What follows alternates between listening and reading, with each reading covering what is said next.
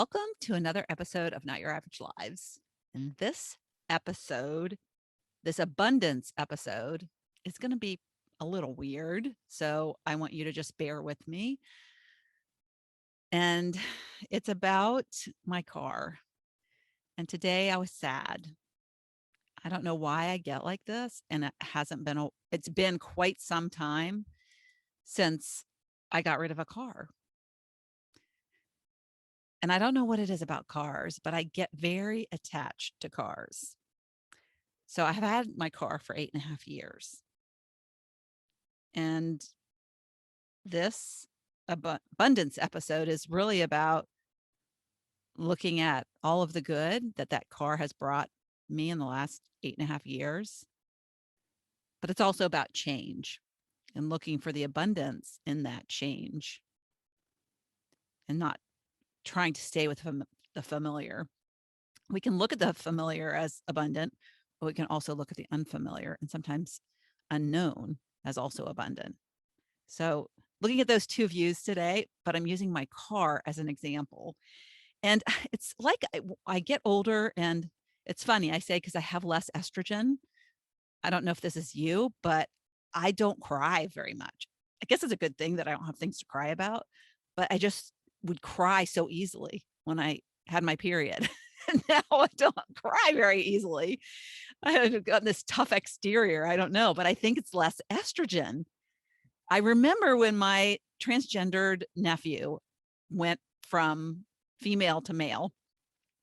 And I remember him saying how when he started taking the testosterone, he stopped crying. Like he would watch a movie and he wouldn't cry anymore. So I know there's science behind this. It's not just I've gotten mean in my old age. But I thought what was interesting is as the day approached, and my car is going to be gone in like an hour.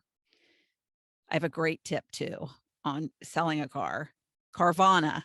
I got a tip on Carvana and they gave me the best deal, and it's all been online. They're coming to pick it up and it's been so easy. So they're giving me like 3,500 more than CarMax. So check it out. I got the tip on Sunday. I'd already arranged to trade it in, or not trade it in, but sell it at the dealership because they gave me a better price than CarMax. So I'd already made an arrangement to drop it off on Monday. And then on Sunday, we had friends and said, you got to check out Carvana. I was like, what's Carvana? I never heard of it. Easiest thing I've ever done. Well, it remains to be seen because it's not done yet. But when they come and they take my car, it will have been. I'm manifesting it will be the easiest thing I've ever done in terms of getting rid of a car. All right. So what I did is I just been thinking about it, and I thought I need to share this as an abundant activation because I'm sad. I'm losing my car, or I'm letting my car. I feel like it's really weird. I don't know why I feel such an attachment to cars. Well, I really do. I thought about it, and I know it comes from my childhood, as most of our thoughts and beliefs do. But my dad named all of our cars. When you name something, it becomes like a part of the family. We had names he named them all. And so when I remember crying, my sister did too. And I remember crying over the hood of a car when we sold it. So I had some tears this morning. I know it sounds so silly, but my car has been a great car. And I've never had a car this long. I've had a car usually every couple of years. I would get a new car. My last car before this one, I had for 4 years. This car I've had for 8.5 years. It has less than 100,000 miles on it. It's in great shape. It's never had an accident. Abundant. I'm very abundant about that. I'm the kind of person who like always gets in a fender bender. You know, it's just invariable. Like I even had an accident in my driveway once. I ran into my husband's car, my ex-husband's car. That's not why he's an ex-husband, but yeah, it's like terrible. No, I think I was using his car that day. Oh no, that was another incident. I drove his car and three deer came running at me in the broad daylight. And they were like, you know, side by side running towards, and it's like, I saw them coming towards my car. What do? I slammed on my brakes, and then one went in the front of the car, one went behind the car, and the one in the middle slammed right into the car and dented the side of the car. Like, what could I have done to avoid that? I don't know. Because if I'd sped up, one of them would have hit me somewhere. Oh, I felt horrible too. I don't even know what even happened to the deer. I think it limped off away. But anyways, I diverge. I'm sorry. But I wanted to talk about my Enclave, and yeah, it's an Enclave SUV is what it is. And so I sat in it this morning in my garage and did a meditation. And I never have done that before, but I just wanted to be in it. I wanted to sit in it and thank it and say how much, all the things. I listed a whole bunch of things. I'm getting emotional just talking about it, but all of the things, just a short list really, but the things that came up while I was sitting in it and wishing it good energy for wherever it goes next. But it has like been a part of my family. It's like a child to me. It's crazy. And I know it's because my dad kind of instilled that in me about cars. I haven't named it, but it's still like kind of a precious thing that's been a part of my life for 8.5 years. So I was looking for the abundance in, this material thing. And we should do that. We should look around at the things that we take for granted. Like I get that car every day, and I like things would happen. Like a couple times I would get in it and it wouldn't start. I'd be like, and we think about all the aggravation that something maybe causes us, or that when it's not working in that moment, but we forget about the good things that have happened in it, and looking for the positive and the abundance in it all. So first of all, I want to say it was so comfortable. It's a comfortable car. To sit in that car is so comfortable. I remember when I was thinking about getting a new car, and I decided I want an SUV. So I was looking at different SUVs, and I test drove. I had an idea of a Mazda one that I wanted, and I went and I test drove it, and it was so uncomfortable. It was like the seat was really stiff, and I thought, if I go on a long trip, this is not going to be comfortable. So that got X'd off. And then I started seeing these. And of course, once your brain starts thinking about something, you see them all over the place. And so I would see them and I would go look at them. And I really have to like the look of a car. If it doesn't look good, I don't even go any further. Kind of like when you're attracted to a guy, right? You got to be attracted to them physically before you even check them out on the inside. So anyways, it was such a comfortable car, or is such a comfortable car, number one. And number two, I love that it has two clocks. And it not only has two clocks, but one of them is like the old fashioned kind of clock, like the kind of clock on the wall where you have two hands. And in this day and age, I don't even know if my grandchildren know what a real clock is. And apparently that's a Buick thing. So the Buick cars have those clocks. I didn't know it at the time, and I don't know if they still do, but that was kind of something that they have and they're known for, is those clocks. So I really liked having that visual of that old clock that, maybe people that are younger don't have that appreciation, but I appreciated it. I love the two-tone interior. It has this like dark brown and light brown. And I remember when I went and looked at cars, and they were doing at the time, it was late in the year. So mine was a 2012, but they had 2013 models available. They didn't have the interior that I liked. I didn't like their darker brown interiors. And so I went with the 2012 because I liked the interior better, and I still do. I love it. I like two-tone. My new car is going to be a two-tone interior. It has wood on the steering wheel. I don't know why I lived that. I mean, I'm sure it's fake wood, but it's kind of like that too. It has some leather on it and some wood. And I just like that. And it's also not so cold in the winter when you grab it. So I loved that. All these things I love about my car. Why am I getting rid of it? So I was like, then I'm thinking, So maybe you should just hang on to it. But then that's something I'm going to mention in a minute. So hang on. I ran out of gas in it twice. Like, who does that in this day and age? Me. It's like, it has a gauge that tells you, I mean, you can, I have it on all the time, like range. How much time is left before I run out of gas? So I have a range. So why would I run out of gas? Well, what I learned from this car is that don't rely on your gauges because they are not accurate, at least in this car's case. So my husband and I, what the abundance that I found in that is, thank God I didn't run out of gas in some dark alley somewhere, some middle of the night place where I was by myself. So both of the places I ran out of gas were broad daylight where there was access to help. So the first time my husband and I were driving on the interstate and I was like, oh, my car, the gas is getting low. We need to get off the exit. And so I got off the exit. And as soon as we got off the exit, boop, boop, boop, boop, boop, then the car died. So my husband just got out of the car and stuck his thumb up. And then some guy picked him up and drove him a mile up to get gas and a mile back. But we had, according to the gauge, like 24 miles left. So who people do, I know they go till it's like 5 miles left. So is that really my mistake? I was trusting the technology and it failed me.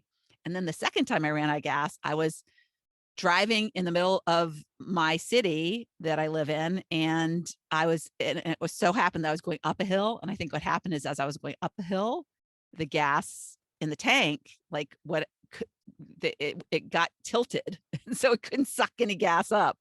I don't know, but I was able to like just get my car off the busy road. And I called my husband and he came and saved me. He brought me a tank or a gas can, I think, as I recall. But again, the gas gauge said like 33 miles left, like 10 more miles than it had before. So I'm like, I am so screwed with this car. I'm going to have to like get gas when there's 50 miles left. I never let it go. Well, I would say I never let it go under 40 after that. Never let it go under 40. And I will always be wiser for that. So I appreciate that. So that I can look for the abundance in that. But these are memories and these are things that I look back now and I'm like, I can appreciate like how it happened and be grateful for that. I love the third row of seats. Bought the third row of seats because we have grandchildren. Grandchildren were arriving at the time. I think I only had 2 when I got it. But do they ever sit in there? No, they sit in car seats and then they visit rarely. I mean, when they visit, we all like take separate cars if we're going to go somewhere because they have the car seats in their car. And then, so it's like, do we ever even need those 3 seats? That third row? It's quite a roomy third row. If you go and look at cars, the enclaves have nice, like adults can sit back there and be comfortable. So I liked those third row. I love that it was an American car. I don't think, and I mean, my first car was a Ford Fiesta. My dad was really into Fords and I bought it because he liked Fords. But I think ever since then, I've had foreign cars, Hondas, Mercedes, BMWs, Nissan, all Toyota, all different kinds of cars. And so I was very proud of the fact that I was like supporting the American people, like manufactured here. And honestly, we haven't done a real good job with cars. And so people prefer cars that are not American because they drive better, they work better, or at least that was my belief. And I was really impressed with that Buick. It's been a great car for me. So lots of memories in the car with my doggies. I got my first booster seat for my dog in that car. And I remember I used to drive my dogs around in the seat next to me and never thought of it. And my vet recommended a booster seat, and you don't chain them in with their collar. You put a harness on and then they're really secure and safe. And I did have like an incident where I slammed on my brakes one day, and I drove a lot with my dog, especially when I was dating my husband, is because we live 2 hours apart. And so I was back and forth a lot. So we spent a lot of time in the car, and I was going around a bend, and I had to slam on my brakes, and he was in the back seat sitting, and he slammed into the back of the passenger seat and onto the floor. And I felt horrible. I thought, that is, I got a booster seat right after that. And he stayed in the booster seat forever. And it was really fun with my new dog, my puppy. He's now a year and a half, but I got a booster seat very early on. Well, he outgrew the one I had and had to get a new one, but he loves going in it. And so, yeah, so I have memories. I'm like remembering all the trips. Makes me remember my dog that is no longer with me. I love heated seats. I don't know if I could ever live without, of course, in Florida, you don't need heated seats, but in Virginia, the winters do get kind of cold, and it's so nice and toasty. At first, like I was like, when I first had a heated seat, I was like, I felt like I wet my pants. You're like, how do you know how it feels when you wet your pants? I remember wetting my pants. I don't know, even don't even ask me when it was, but I just remember the feeling. It comes back when you sit in a heated seat. No accidents. No accidents. And I don't even need to knock on wood, because I am not going to be driving that car again. My last drive with that car is done. In fact, I said to my husband this morning, I need to drive around and get rid of some of that gas. So I got almost a full tank of gas. I celebrated when I got my last tank of gas because I'm getting an electric car. So I'm excited about that. Yeah. So when I sat in the car and wrote my list this morning and did my meditation, these are all the things that came up for me. So many great memories, so many. And I'm sure I'll have more as I think about it and sit with it. But what's crazy, so crazy, is that my meditations this morning, and I have been like kind of a little lax on doing my meditations. It's been a busy season for me, and I've had like morning meetings, and I get up in the morning and like go right to work instead of having my morning routine. I'm very, very consistent about my affirmations and my gratitude, but kind of sometimes meditation's like, I'll do that later. And then later never happens, kind of like exercise. So I was like, okay, I'm going to listen to a meditation while I sit in my car. And I love the Calm app. So brought up the Calm app. You're not going to believe what the title of today's meditation was. If this wasn't a message from the universe, ride the waves of change. And that's what today is all about. Out with the old, in with the new. And going to a place that's not as familiar. I'm going to get a new car, totally different car. I really don't even know all the bells and whistles yet. I got an app and some videos I got to watch. Very different kind of car. So what made me think about it in terms of an abundance way is not only all the good that the car had brought through the years and all the memories that I have from having that car, is that, abundance is not only appreciating what you have, but also letting go and being okay with letting go. Appreciating the familiar, but knowing that the unfamiliar is just as abundant. Just having that expectation of abundance will always be around you. It's just a choice of how you look at things. And so the tears this morning were more from the appreciation, the gratitude, the past, that it's now time. It's now time for something new. And that's really what the meditation episode was about. It was more about things that you don't have control over. And I clearly had control over this, but also the things that you don't have control over that happen. And that's okay. Nothing stays the same. I mean, whether I keep this car or don't keep the car, it eventually would no longer run. So I'd have to do something at that point, right? And I choose to look at the gift that it's going to be to somebody. Somebody's going to love that car. Somebody's going to look at that car and think and be excited about that car. And hopefully they will choose abundance and not, oh, I've got to get this really cheap car that has all this mileage on it. Hopefully they'll look at it as, wow, this is a great car and it's got so low mileage and it's never been in an accident and it's beautiful. And I love the two tones and I love the clock and I love the things about it. The heated seats. I've never had a car with heated seats. Maybe this will be their first car with heated seats. So I choose to look at that gift that somebody's going to be getting. Oh, and then I forgot on my list, I had my tomato sauce incident. I had a tomato sauce incident, and the abundance is so first of all, never carry groceries in your car for more than like when you get groceries, take them out of your car and put them inside. But I had these two, I went to it's called Costco now. Price Club is the old name. But anyways, I two big jars of Victoria spaghetti sauce. Excellent spaghetti sauce, by the way.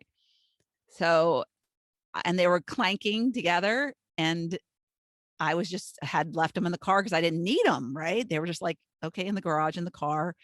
And then one day, I guess I took a turn too fast and they clinked together and I didn't know. I heard the clink, but I didn't think anything of it. And then like a half a mile down the road, I'm like, oh my God, that's tomato sauce. I was going to smell tomato sauce in my car. And I'm like, oh no, a tomato sauce on my car. And it was in the back, right? So it was not in the like seat. It was in the third seats were pushed down. It was in the back. So the abundance in that was, first of all, I could pull over where I was. Secondly, because of COVID, I had all these wipes in my car.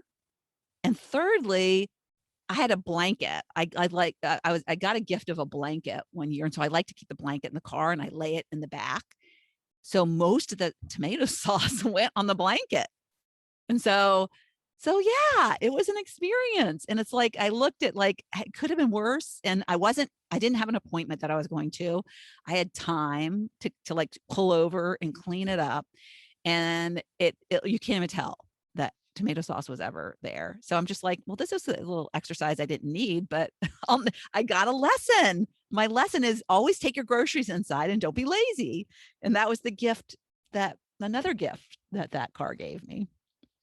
So that's my abundance activation for you today is to, if you have a car and some of the time you're cursing it because you're not looking for the abundance in it, make a list. Make a list of all of the things that you love and the memories that were made and the lessons that you learned from that car. And if you can't do it with a car, do it with something else. Because it really does make you feel good. And even though I'm sad about my car being gone, and I feel like a little bit like I'm giving up a child for adoption, I choose to look at it as all, I can't have something forever. I can't have something forever. And it's familiar and comfortable, and that's a safe place. But oh my goodness, what is something new going to bring? More memories, more things to cherish, more things to be appreciative of. And that's what I choose. So choose that today and make your list and get abundant. Bye. Thank you so much for tuning into the Not Your Average Lives podcast. If you haven't yet, make sure to subscribe on iTunes if you have an Apple device. You can find free resources and learn what else I have going on at the moment that might interest you on my website at notyouraveragegrandma.com. You can also find me on Instagram or Facebook at notyouraveragegrandma. If you liked this episode, it would make my heart so happy if you could leave me a 5-star rating. You can also add a review to let me know what you like about this podcast, which will help spread the word about it to others who need a little midlife inspiration. As always, be you, listen to your inner voice, and focus on reigniting that lost spark so you can start living your own, not your average life.